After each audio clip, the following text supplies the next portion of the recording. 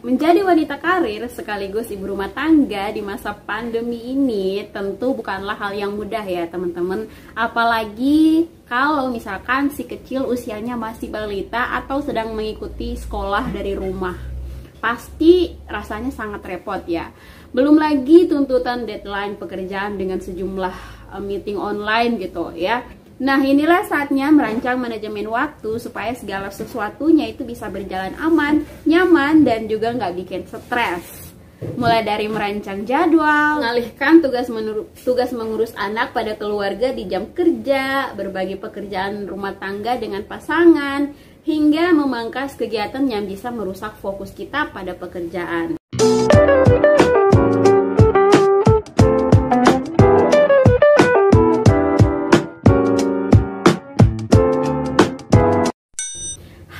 Assalamualaikum warahmatullahi wabarakatuh. Selamat datang kembali di channel aku ya teman-teman. Oke, di video kali ini aku pengen share lagi tentang manajemen waktu ibu rumah tangga dan juga ibu bekerja. Buat yang masih merasa bingung cara mengatur waktu ketika kita ada di rumah, terus juga kita dituntut harus bisa produktif. So guys, don't go anywhere, keep stay right here karena aku bakal share ke teman-teman semuanya. Oke, yang pertama nih teman-teman, kita harus bikin jadwal atau kita harus mencatat jadwal. Kita bisa mencatat jadwal pada buku agenda atau pada aplikasi yang ada di smartphone ya. Jadi untuk menghindari jadwal bentrok, usahakan kita selalu mengecek agenda dan juga mencatat jadwal baru dari mulai jadwal meeting, jadwal kegiatan sekolah anak, deadline, urusan pekerjaan rumah tangga, dan masih banyak lainnya. Nah, dengan begini kegiatan kita itu lebih terorganisir dan tidak tumpang tindih. Oke, yang kedua yaitu kita harus bikin to-do list. Buat to-do list. Setiap malam nih ya, sebelum kita tidur, kita harus bisa mengecek kembali jadwal kita pada agenda. Lalu kita buat to-do list, apa yang harus kita lakukan esok harinya gitu ya. Urutkan menurut nomor teratas yang paling prioritas gitu ya. Jadi kita bisa membuatnya pada kertas memo dan kita bisa tempel di tempat yang strategis untuk kita lihat gitu ya. Kalau misalkan teman-teman pekerja ibu rumah tangga, kalian bisa tempel di lemari yang sering kalian pakai ngaca atau di kulkas dapur gitu ya, tempat kita sering bersemedi. Nah, dengan begitu hal-hal penting yang harus kita lakukan itu tidak akan terlewat. Yang ketiga yaitu kita harus bangun lebih pagi. Bangun tidur sekitar 1 sampai dengan 1,5 jam lebih awal dari jam bangun si anak ya. Itu bisa memberikan banyak manfaat buat kita.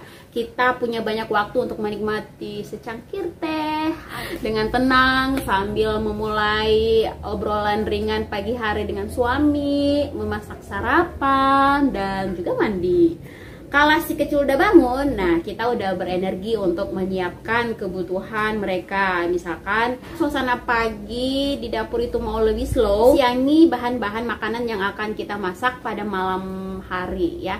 Jadi ini akan menghemat waktu kita ketika harus memasaknya di pagi hari.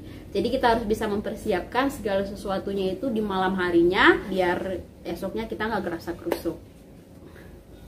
Tips yang keempat yaitu kita bisa samakan jadwal dengan anak. Nah, bekerja di rumah dengan anak-anak yang masih usia sekolah itu memang tidak mudah ya.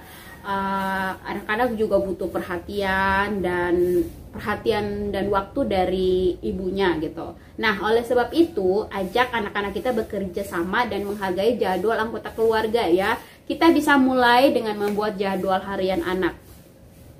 Nah, bila memungkinkan, samakan jadwal kerja kita dengan jam sekolah online anak. Kita buat meja kerja itu berdampingan dengan anak, sehingga sambil kita bekerja, kita juga bisa memantau sekolahnya anak-anak gitu ya. Saat si anak selesai sekolah, sebagian pekerjaan kantor pun atau sebagian pekerjaan yang harus kita selesaikan pun itu beres gitu. Tips yang kelima yaitu jangan gengsi minta bantuan. Sebagai super mom tentunya ya, kita juga boleh kok minta bantuan. Biasanya nih ibu rumah tangga itu mungkin merasa segan atau tidak enak minta bantuan untuk urusan domestik karena kita menganggap hal ini adalah ranah kekuasaan kita sebagai perempuan ya. Nah juga sih, kita bisa minta bantuan suami untuk membersihkan lantai misalkan ya. Kita bisa minta bantuan suami untuk menyiram tanaman sembari mencuci mobil gitu ya. Minta anak-anak untuk meletakkan pakaian kotor dan piring kotornya sendiri pada tempatnya, serta membereskan mainan setelah mereka main. Selain itu, bantuan keluarga seperti orang tua, mertua, atau keluarga dekat juga tentu bisa kita lakukan kalau misalkan kita emang sedang sibuk-sibuk banget nih. Jadi kita bisa menitipkan anak-anak gitu selagi kita masih di kantor gitu. Nah, bantuan yang diberikan anggota keluarga itu tentu akan meringankan tugas kita. Kita bisa mengerjakan pekerjaan kantor dengan tenang dan juga urusan rumah tangga pun jadi lebih cepat selesai. Keenam yaitu kurangi jam nonton. Nah, bila langkah-langkah yang sudah aku kasih tahu di atas itu diterapkan, namun kita masih saja kewalahan mengatur waktu, coba cek hal apa yang paling membuat kita gagal fokus. Apakah itu drakor yang bikin kita begadang, atau acara YouTube favorit, atau leye-leye di kasur sambil nonton. Nah, bila itu yang terjadi, tidak ada salahnya kita juga mengatur waktu beberapa jam dalam sehari untuk sehari yang akan kita habiskan untuk menonton acara favorit kita.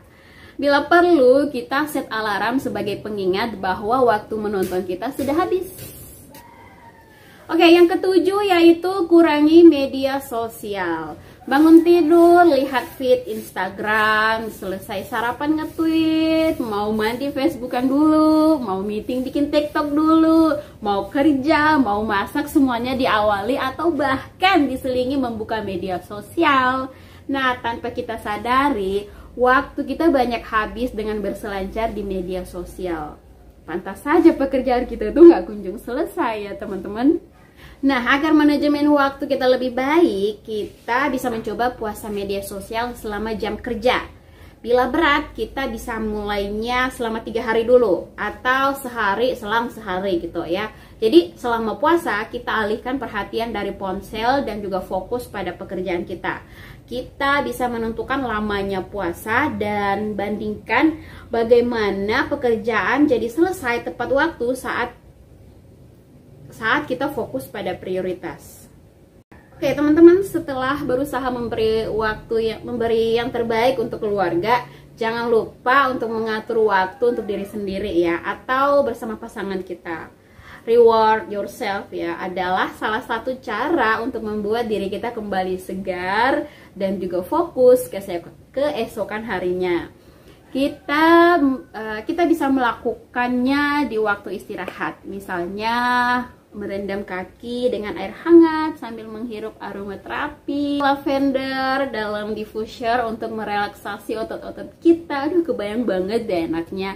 Atau kita bisa menikmati waktu istirahat ditemani dengan seduhan teh yang menyegarkan. Atau bisa di kamar ya sambil pillow talk bersama pasangan saat si kecil sudah tidur. Jadi meski peran kita sebagai wanita karir sekaligus ibu rumah tangga itu memang tidak mudah ya, tapi dengan manajemen waktu yang baik kita dapat memastikan keduanya berjalan dengan seimbang. Oke teman-teman, itu adalah 6 tips caranya kita bisa menyeimbangkan waktu antara menjadi seorang ibu wanita karir dan juga menjadi seorang ibu rumah tangga seutuhnya. So guys, mudah-mudahan video yang sudah aku share ke kalian semuanya itu bisa memberikan banyak manfaat dan bisa menjadi inspirasi buat teman-teman semuanya.